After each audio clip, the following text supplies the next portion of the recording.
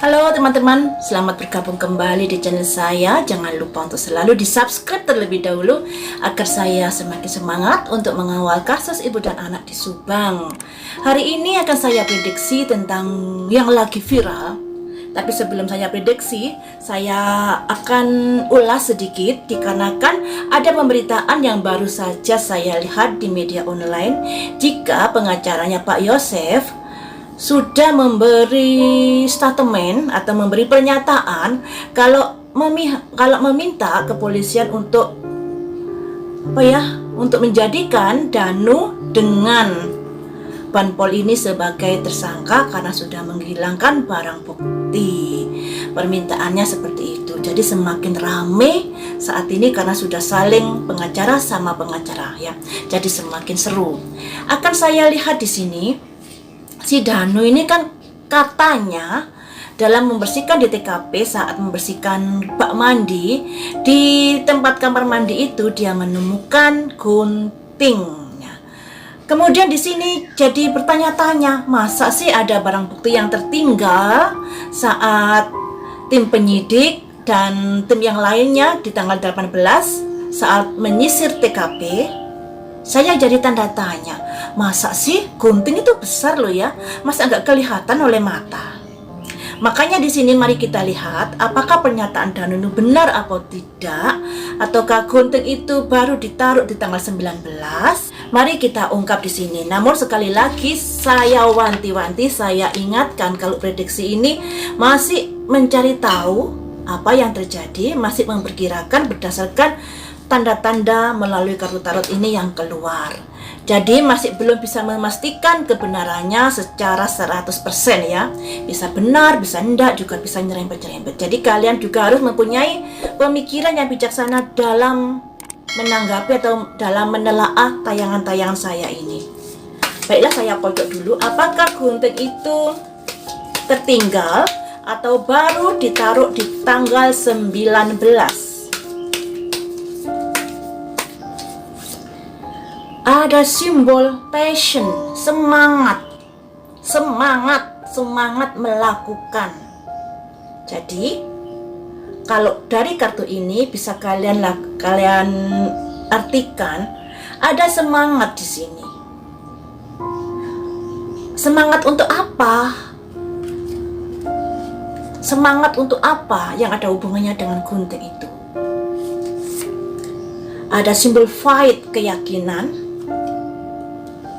Selanjutnya, keyakinan untuk apa? Jadi ada semangat untuk meyakinkan. Semangat untuk meyakinkan. Meyakinkan dalam hal apa yang ada hubungannya dengan gunting? Atas peristiwa kesedihan duka cita tersebut.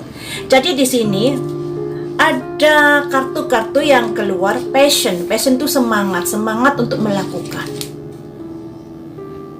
Fight, untuk meyakinkan terhadap peristiwa yang menimpa Ibu Tuti dan Amel. Gunting itu apakah sudah ada di tanggal 18 dan tertinggal di area itu?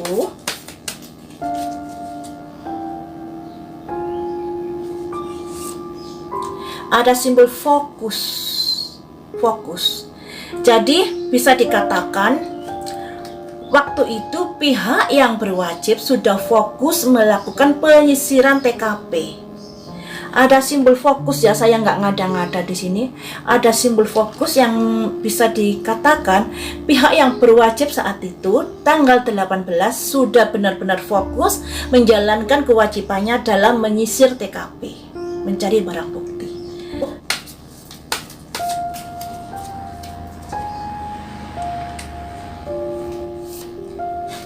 Ada simbol emergency. Ini ya. Jadi bisa dikatakan tanggal 18 pihak berwajib sudah menyisir lokasi itu dengan baik. Karena di sini ada simbol fokus menjalankan pekerjaan. Dan tanggal 19 karena kondisi darurat. Jadi kalian artikan sendiri poin-poinnya di sini, saya nggak mau menyimpulkan, kalian simpulkan sendiri. Kemudian tentang banpol, kita setelah mengulas gunting kita beralih ke banpol ya. Banpol ini kan ada kunci yang dia pegang untuk masuk TKP. Sedangkan si Danu ini menurut pengakuan dari Pak Kades disuruh Yoris untuk berada di TKP saat itu. Kebetulan sekali begitu Danu standby untuk menjaga TKP dari seberang jalan di depan SMA, ada seseorang yang berpakaian seperti polisi menuju ke tempat TKP. Mereka akhirnya masuk ke tempat TKP. Banpol ini siapa gerangan? Siapa yang ngasih pegang kunci ini? Ada maksud apa banpol ini masuk ke TKP? Apakah memang dia untuk membersihkan bak mandi? Karena bak mandi itu kalau sudah bercampur darah, semakin lama nggak dikuras akan semakin bau ya. Tapi apakah ada hal-hal yang lainnya? Ada niatan-niatan tersembunyi dari banpol ini menuju TKP? Mari kita ungkap di sini. Ada maksud apakah gerangan, pada tujuan apa? Satu, ada simbol ekspansi, memindahkan. Ada upaya untuk memindahkan bukti-bukti yang ada atau menghapuskan bukti-bukti yang ada. Kemudian banpol ini disuruh siapa? Banpol ini disuruh siapa? Mari kita lihat di sini.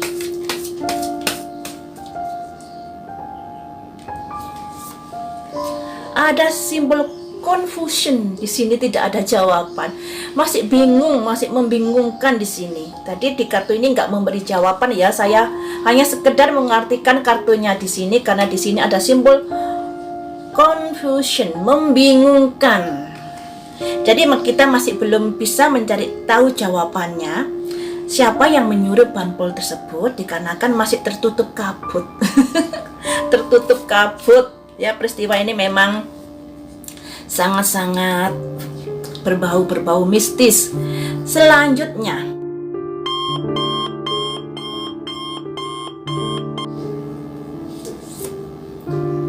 ada simbol geledek menyambar. Selanjutnya masih membingungkan, ini sebuah kekuatan. Ada simbol gunung meletus. Selanjutnya ada simbol movement, semacam pergerakan. Jadi guys, bisa dikatakan ada lightning, proses hukum. Kilat menjambar yang tak terduga-duga. Kemudian di sini ada volatility, sebuah kondisi yang tadinya tenang akhirnya meletus. Movement, pergerakan, melakukan semacam usaha. Usaha untuk apa?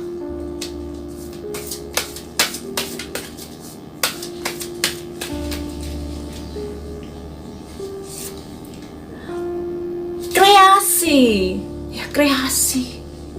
Jadi movement itu usaha, pergerakan, ditegaskan lagi kreasi. Ada kreasi. Jadi apa yang dilakukan banpol ini ke TKP, ada upaya untuk kreasi, untuk membingungkan dari pihak kepolisian. Ada simbol confusion ini, membingungkan proses penyidikan ini, mengaburkan proses penyidikan dari penyidikan yang pertama dan selanjutnya. Jadi kalau saya sarankan pihak Pak Polisi ini lebih fokus saja ke penyidikan yang tanggal 18. Yang tanggal 19 ini jadikan sebagai apa ya? Sebagai pendukung saja, jangan terlalu ditanggapi. Kalau menurut kartu yang ini loh ya. Saya kan hanya bicara melalui kartu, berdasarkan kartu ya. Jadi kalau saya sarankan pihak yang berwenang ini lebih fokus pada penyidikan yang TKP di tanggal 18, bukti-bukti yang ada di tanggal 18. Selanjutnya akan saya dalami lebih jauh. Ini kan sudah pergerakan, ada kreasi. Kreasi untuk apa? Usaha untuk apa?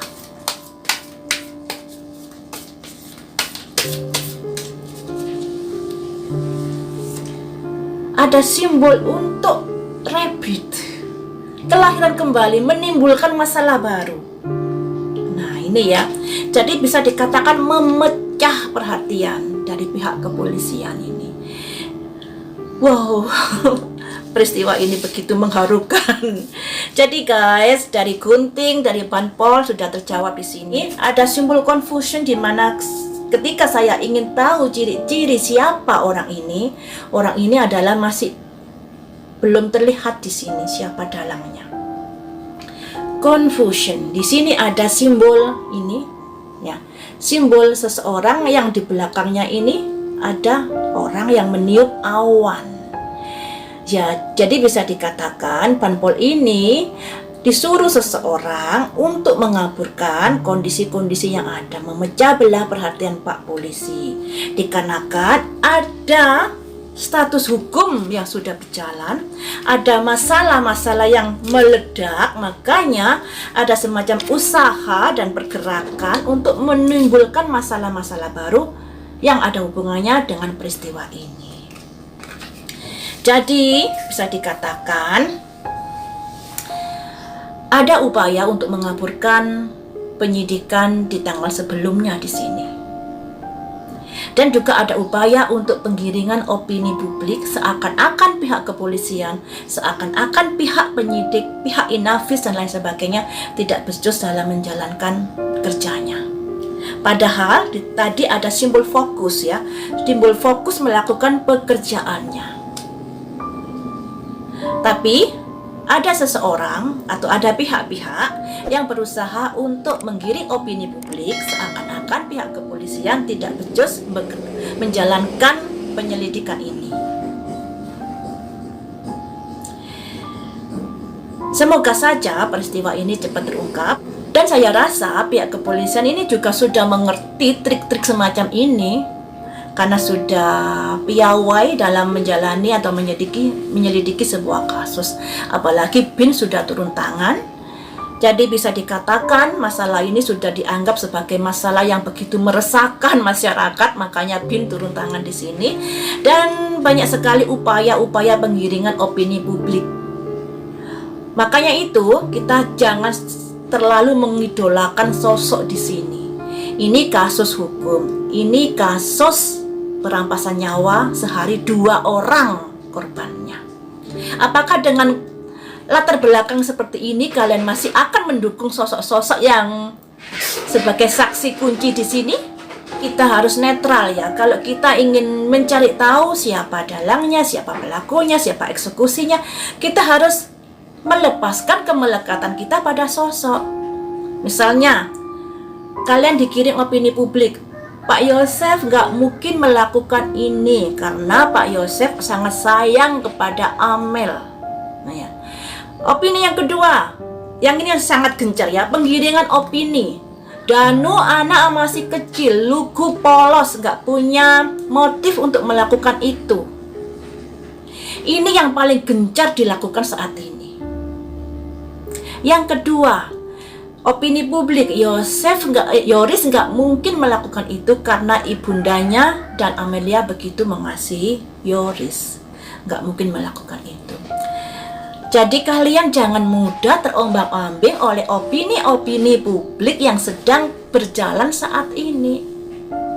Kalau kita netral, nggak berpihak, mungkin kita akan lebih mudah, lebih gamblang bisa membaca alur ceritanya dari peristiwa ini. Hanya saja masih dibutuhkan barang bukti untuk mendukung cerita alur tersebut. Penggiringan opini publik ini sudah dimulai sejak awal peristiwa ini menyeruak. Setelah ibu polisi mengatakan kalau peristiwa ini murni pembunuhan dan ada orang dekat yang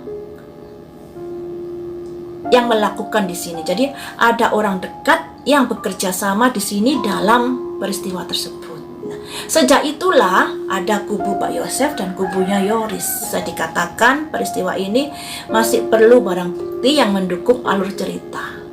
Mungkin kita atau saya sudah bisa mencari tahu, oh alur ceritanya seperti ini, tapi berhubung barang buktinya nggak ada, nggak mendukung, jadinya ya susah untuk melanjutkan ke proses selanjutnya.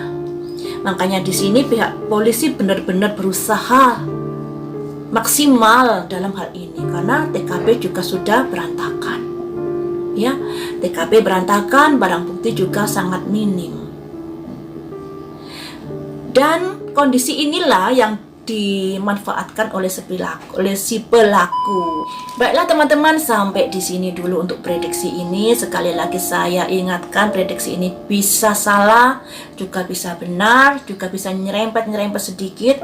Makanya andai kata nanti peristiwa ini terungkap, barangkali ada prediksi saya yang mulai dari awal sampai akhir ada ketidakcocokan, ada yang meleset, ya saya mohon maaf karena saya juga manusia biasa dan kalian juga harus menelaah dan bisa mencerna dengan akal sehat prediksi-prediksi saya ini. Jangan ditelan mentah-mentah.